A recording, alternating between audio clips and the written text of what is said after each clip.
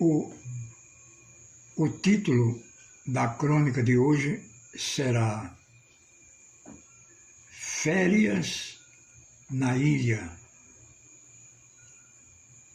Bem, minha gente, eu irei falar sobre alguns episódios que na minha adolescência eu comecei a ver e sentir na chamada Ilha de Itamaracá, uma ilha do litoral norte de Pernambuco e que historicamente tem o seu valor, porque até capitanias hereditárias já foi.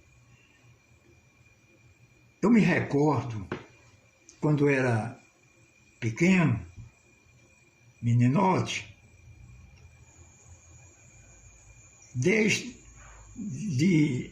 da década de 50 até a primeira metade da década de 60,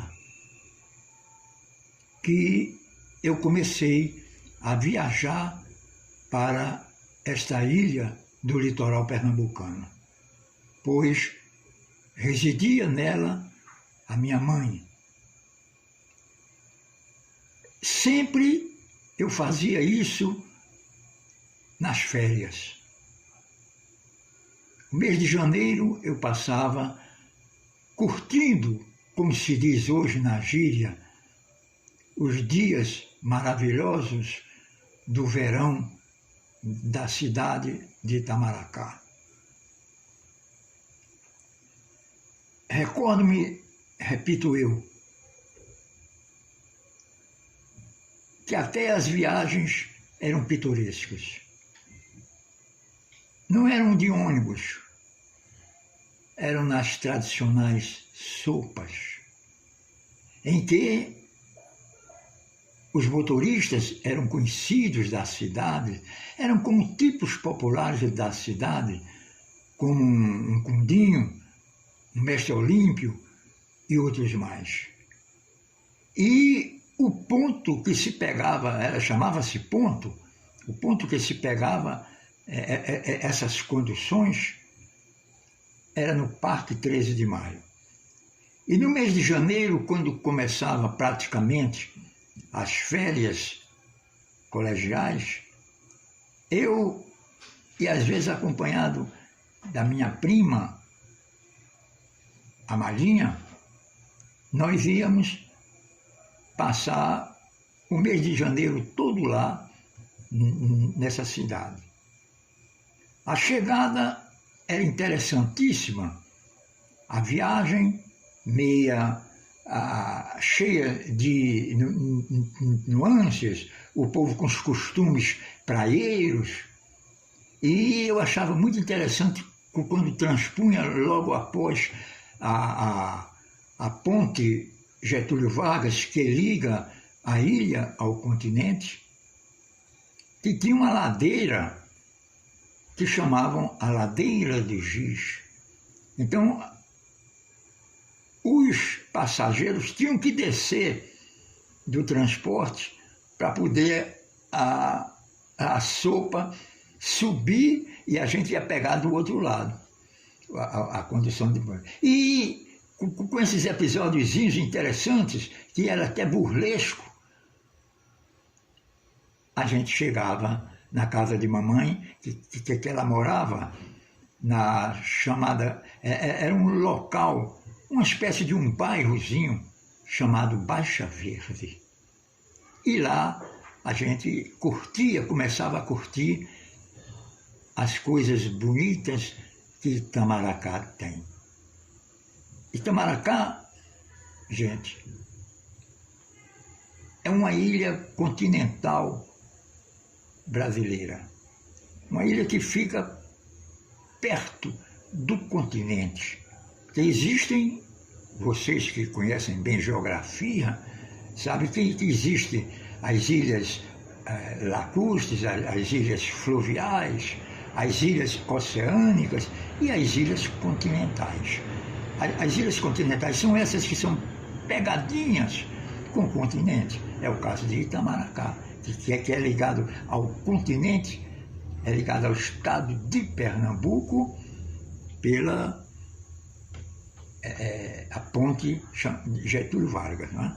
E a gente chegando na casa que iríamos nos hospedarmos, que era a casa de mamãe, e fui bem recebido, e a primeira coisa que fizemos foi à noite, por coincidência, era noite de lua.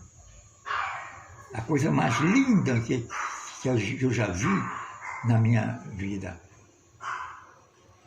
A lua saindo de dentro do mar. A impressão era essa. E a gente ia passeando de pé descalço pela areia da praia, muitas vezes um advertindo o outro para não pisar nas celebérrimas caravelas que queimavam as pessoas. E isso a gente ia se distraindo e via cada fenômeno interessantíssimos, via aquelas Maria Farinhas entrando num buraco, saindo no outro, na beira da praia, na areia da praia. E também tivemos até a oportunidade de ver o nascimento de uma ninhada enorme de tartaruguinhas, porque as tartarugas, elas vão para a praia, pegam seus ovos, enterram e vão embora, voltam para o mar e vão embora. E num espaço de tempo, essas tartaruguinhas, elas começam a nascer. Geralmente elas nascem de noite. São os fenômenos da natureza. E a gente foi ver o nascimento de uma tropa dessa, de tartaruguinhos, e bem uns 100, tudo pequenininho assim, sai tudinho e vai para dentro do mar. Morre um bocado, mas ficam em 50%. É por isso que dizem que tartaruga não tem amor materno.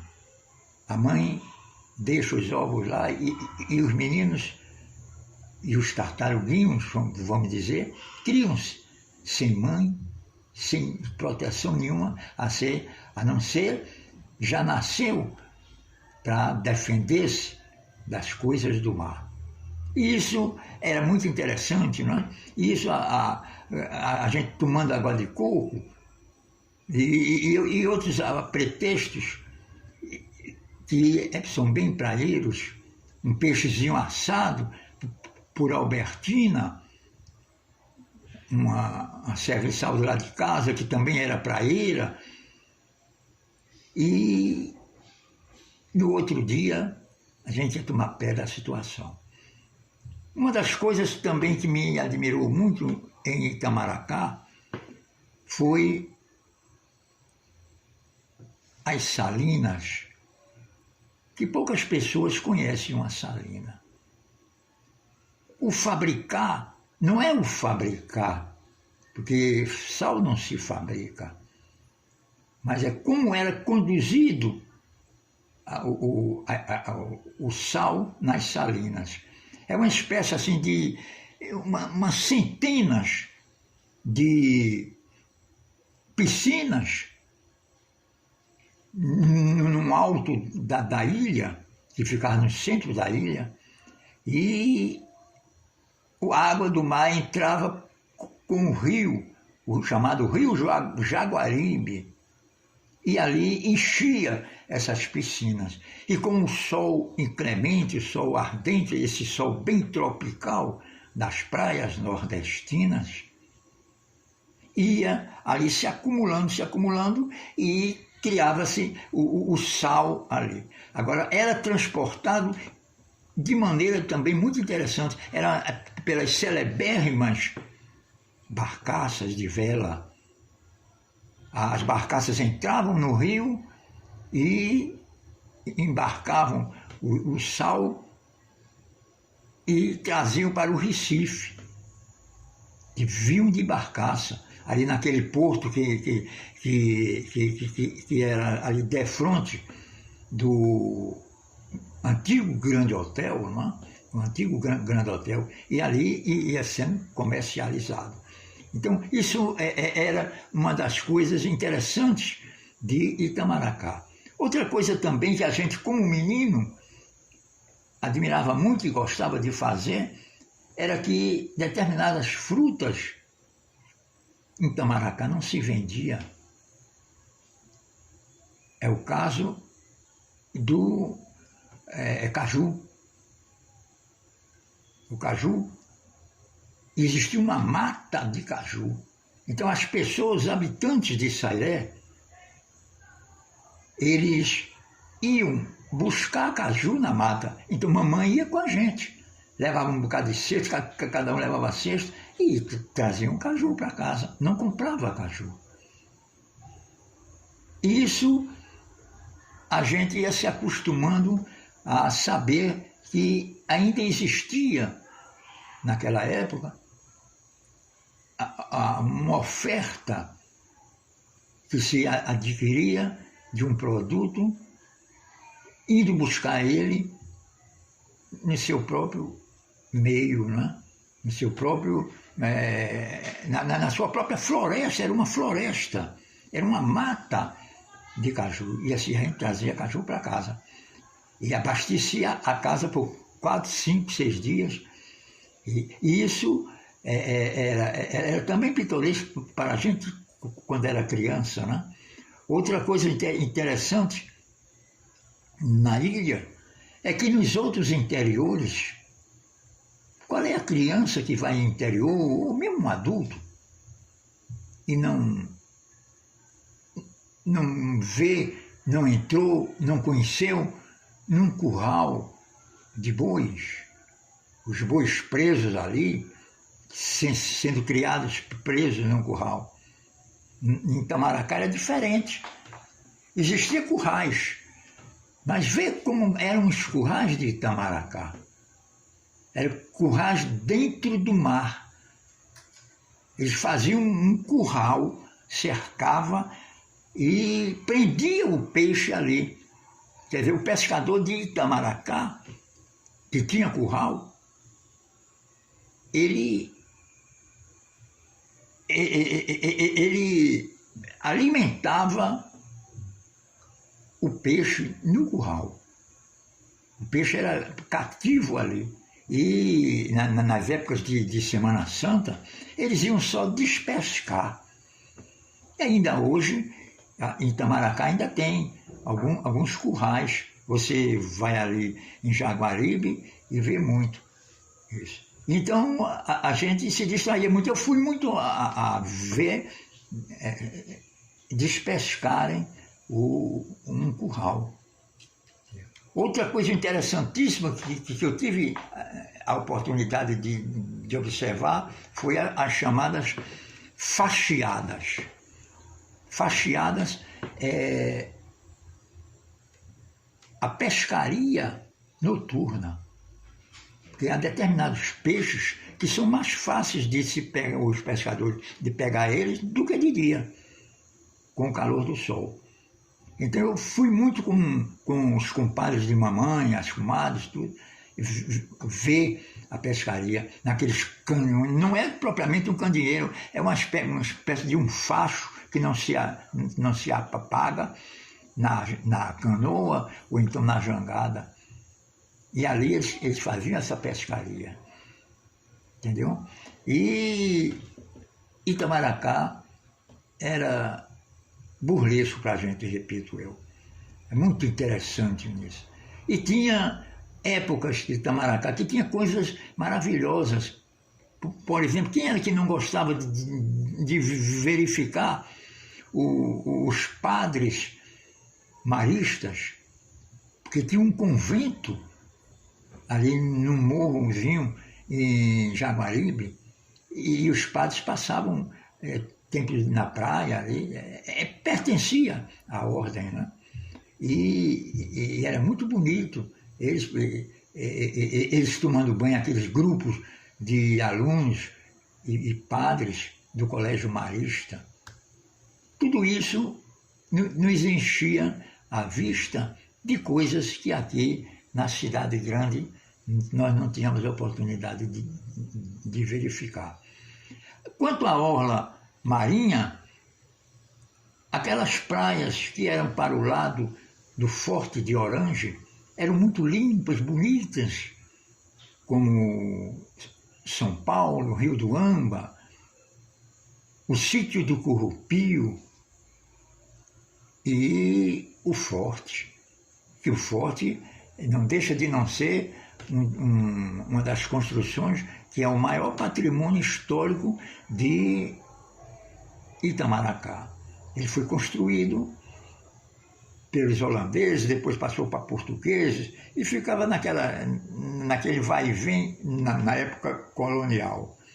E hoje o Exército, o Departamento de Engenharia do Exército, fez as escavações com alguns técnicos e conseguiram muitas ossadas de holandeses, de soldados holandeses que estavam enterrados ali dentro do Forte de Orange. Então, são essas coisas que a gente se apega quando é criança e quando é adolescente. Mas quanto a realizações assim, culturais da ilha, aqui é mais interessante e ainda hoje permanece, é a chamada Buscada. A Buscada de Itamaracá é uma procissão marítima, que na véspera da festa de Nossa Senhora do Pilar, ela vem uma procissão marítima. Vem as canoas, os botes, as barcaças, tudo pelo mar. Até vem a parte de uma praia daquela mais próxima, geralmente é aquela praia de Maria Farinha, Nova Cruz e outras, não é? Então, quando chega às 4 horas da tarde, mais ou menos para as 5, chega de uma vez só. Você olha da praia, a praia fica repleta de pessoas, esperando que chegue na praia. Agora vem a banda de música, vem o andor com Nossa Senhora do Pilar e desembarca na praia e ela torna-se uma procissão terrestre. Ela era marítima e passou a ser terrestre e levam a imagem de Nossa Senhora do Pilar até a igreja matriz de Nossa Senhora do Pilar, na praça do mesmo nome. E isso é uma das atrações turísticas de Itamaracá.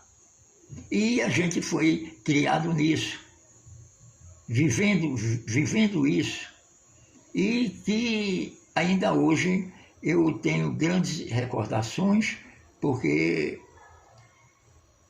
a cultura do litoral é um pouco diferente da cultura do agreste e do sertão, não é certo? Apesar de Euclides da Cunha, na sua obra Os Sertões, ele teve uma frase que diminuiu um pouco a versatilidade e até mesmo a própria coragem do homem do litoral. Quando ele dizia que o sertanejo é, antes de tudo, um forte, não tem o raquitismo neurastênico dos homens fracos do litoral. Mas o pescador, ele não é um homem fraco, ele é um homem que sai às 4 horas da manhã e volta muitas vezes na boquinha da noite, passa o dia no mar, numa jangada. Cada um tem os seus méritos dentro de suas respectivas culturas, não é certo? E assim é a Itamaracá que eu conheci, entendeu? Uma Itamaracá cheia de coisas interessantes da praia, do litoral, a alimentação geralmente é de peixes e crustáceos, e a amizade, o povo também. Quanto às diversões, a ilha tinha como diversão básica os célebres pastoris, mas não eram esses pastoris de azul, de cordão azul encarnado, não, de presépio, não. Era pastoris mundanos, era pastorio de mulheres. E tinha o velho, lá tinha o velho Pindoba e outros mais, que ali saíam brincando com as pastoras, e aquilo distraía o povo. Era um tipo de povo, de plateia, e um tipo diferente de diversões. Hoje, com essa modernidade, as coisas mudaram muito. Hoje, a tecnologia, as transformações, as mutações sociais fizeram com que as praias tivessem outros costumes. Costumes que não se adequam muito à formação, à índole do homem do mar. E eu sinto ainda uma carência dentro do meu mundo interior de estar sempre vendo, ou se lembrando, ou falando dessas coisas, né? Porque isso tudo faz parte do folclore brasileiro. Eu conheci Lia, ela não tinha fama nenhuma. Conhecia muito, eu ia com a empregada lá de casa, na casa dela, em Jaguaribe. Ela dançava, cantava, tirava cirandas em Jaguaribe. Esta ciranda que me deu foi Lia, que mora na ilha de Itamaracá. Hoje em dia, ela vive apresentando-se nos grandes palcos da Europa, mas apresentando aquilo que a gente deixou e que foi criado ali naquele ambiente marinho, naquele ambiente que é coisas bem interessantes, porque eu diria, é Brasil, é Nordeste, e sendo Brasil e Nordeste, já é muita coisa a se fazer e a se guardar. É isso que eu tenho a dizer de Itamaracá, da minha estada nos primeiros anos que eu comecei a frequentar a ilha de Itamaracá. Hoje é um centro turístico altamente modernizado, não existe mais cavalo marinho, não é? Nem pastoris mais. Hoje são cantores que vêm do sul, ali para animar a orla marítima, e isso é muito natural, né?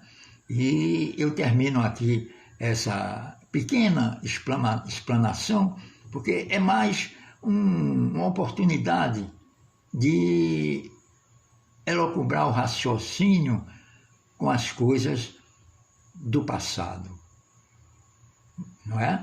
E eu tenho guardado na minha memória tudo isso. E as poucas vezes que ainda vou em Itamaracá, eu me recordo, porque eu acho que recordar é viver. E quando eu vou a Itamaracá, eu me lembro que vivi. Eu era feliz naquela época e talvez nem soubesse que era tão feliz. Muito obrigado.